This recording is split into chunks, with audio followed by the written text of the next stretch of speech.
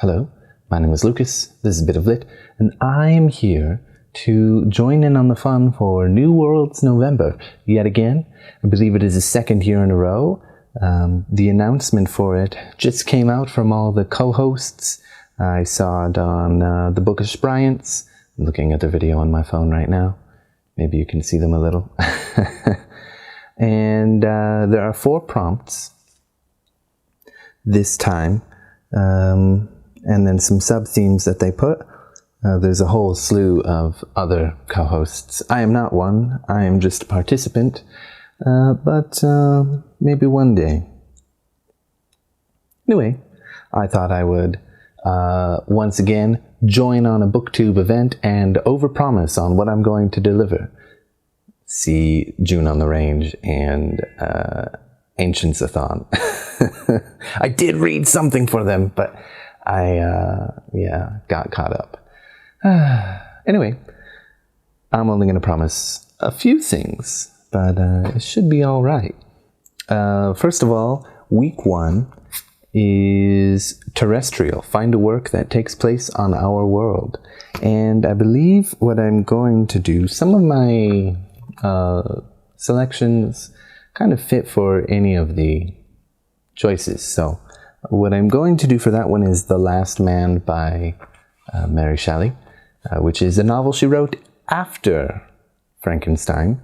I don't know anything about it besides that, but my guess is that there is a horrifying plague, given the title. So that should be fun. Week 2, Extra-Terrestrial. Find a work that takes place on an alien world. And for me, I've been meaning to read it for a long time.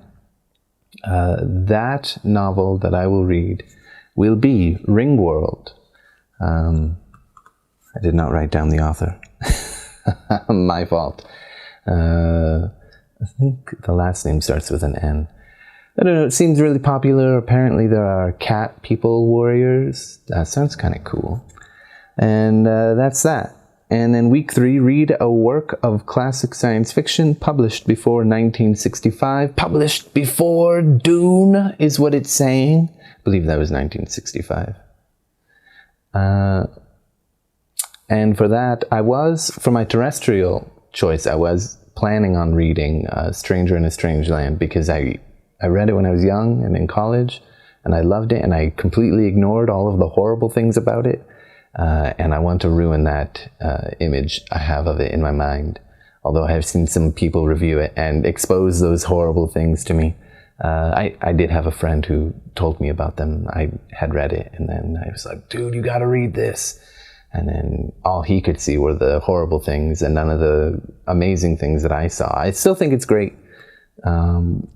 It's just like great garbage.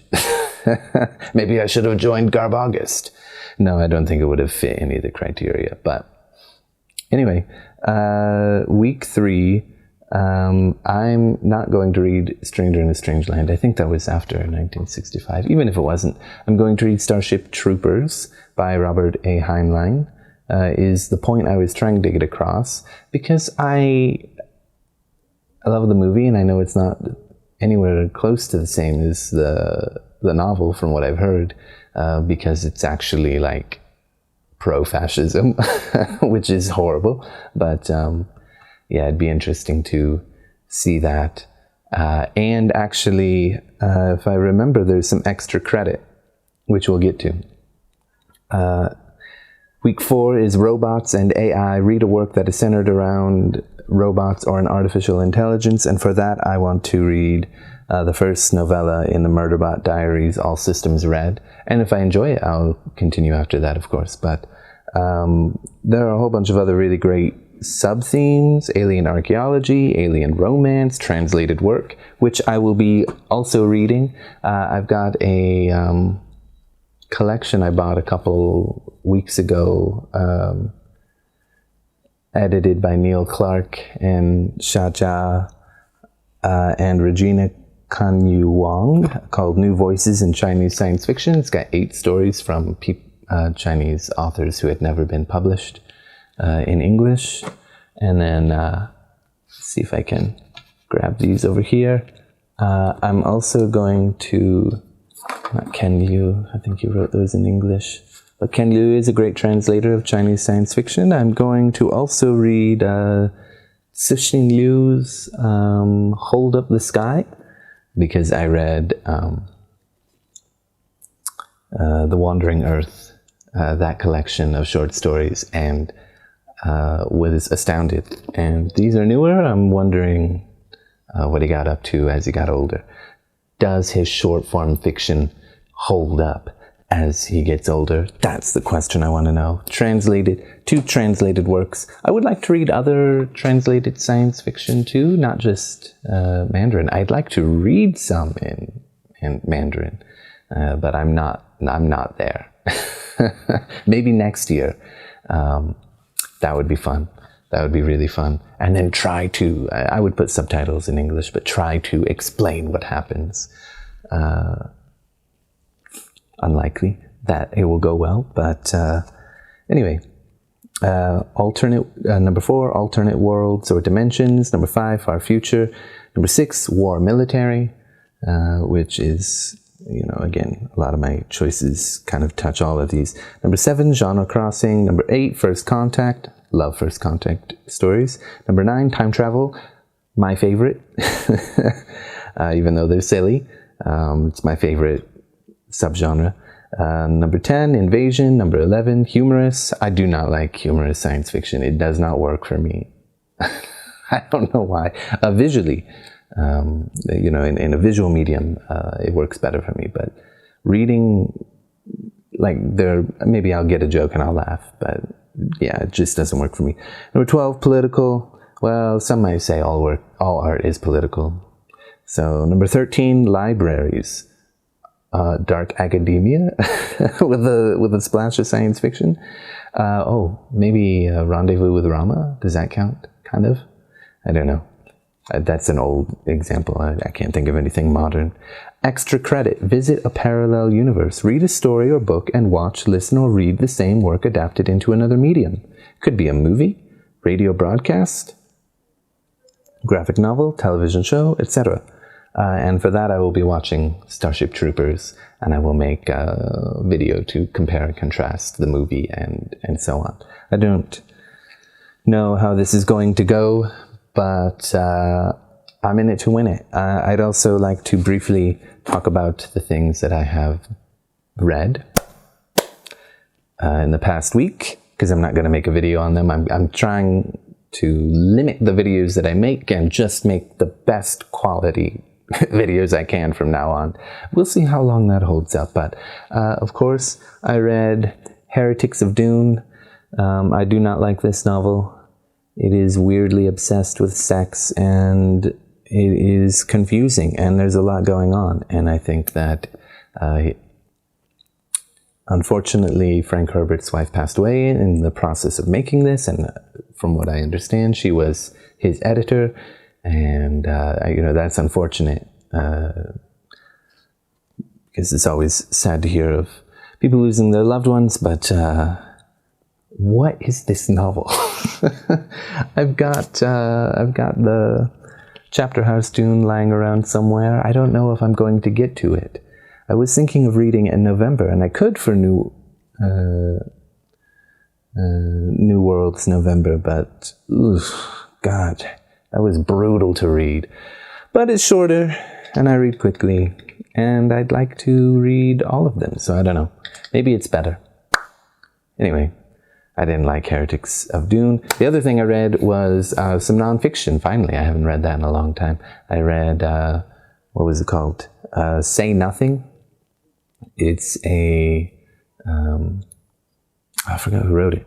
I can't remember much about it right now. I forgot the subtitle, but it was about the radicalization of the IRA through the Troubles and the aftermath, and particularly focused on a woman who was killed, first name I'm forgetting, but McConville, and this issue with some hidden tapes in Boston, was it Boston College or Boston University? I'm forgetting. but that had some serious implications on some of the major players in the IRA in the 70s and 80s. And wow, my God. I remember hearing a lot about the IRA when I was young, but my goodness, quite extreme. The author did say that they wanted to show how people could become radicalized and join the IRA, and certainly it did show the ways that IRA did recruitment and their sort of justifications for their actions. But I don't know if it really showed how people became radicalized so much as showed what happened. It was amazing nonetheless, but I do sort of feel like it missed the mark on that aspect, but was riveting the whole way through and shocking. And yeah, it's kind of a weekend update. I know it's Tuesday, but that's my weekend, what I was reading anyway. And yeah, just for me, it was really shocking to find out exactly how the organization worked and what a tout is, for example, and the vilification of touts and the repercussions of being a tout. I'd heard that word before many times and didn't know what it meant exactly or where it came from, and now I know, and I got a slight bit of history for where the terminology comes from too. And yeah, I do kind of wish it would have done more, but it was focused on one particular thing within, well, not one particular thing, but it was focused on the McConville murder, or abduction and murder, and you know, Jerry Adams and Bobby Sands, which, by the way, brilliant bit of political mischief, you know, having IRA prisoners go on a hunger strike and having the leader of that run for office and then get elected because he's sort of seen as a kind of, well, he was made into a martyr, but you know, the newspapers in Belfast were getting behind the Republican cause and seeing him as a, you know, someone fighting for the rights and that kind of stuff. Yeah, I'm not trying to justify any actions by the IRA, but I just, reading about Bobby Sands was just a delight in its own right, and I mean, a tragedy as well. But these were pretty extreme people who took lives of the innocent and took extreme actions to try to reunite Ireland, and then ultimately gave up. Although the rise of Sinn Féin, I don't know how to say it, that political party, rose out of it. I don't know if that's really done any good. The book doesn't really say one way or the other. It just says that they came to prominent power as a political organization, political body. Anyway, definitely more interested in Irish history, would like to know more about the Troubles and also England's history with Ireland in general. Brutal, terrible, I know, but that was great.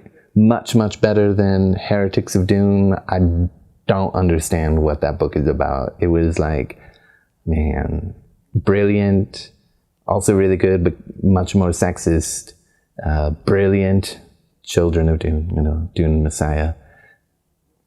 One of my favorites, anyway. Yeah, it's just kind of like brilliant, but really, really obnoxiously sexist. Brilliant. Confusing, but kind of cool with God Emperor of Dune. I don't understand. Way down here, I don't understand what's going on with Heretics of Dune. But we'll get to Chapter House Dune one day. Maybe I'll read for New Worlds November. I don't know. Goodbye.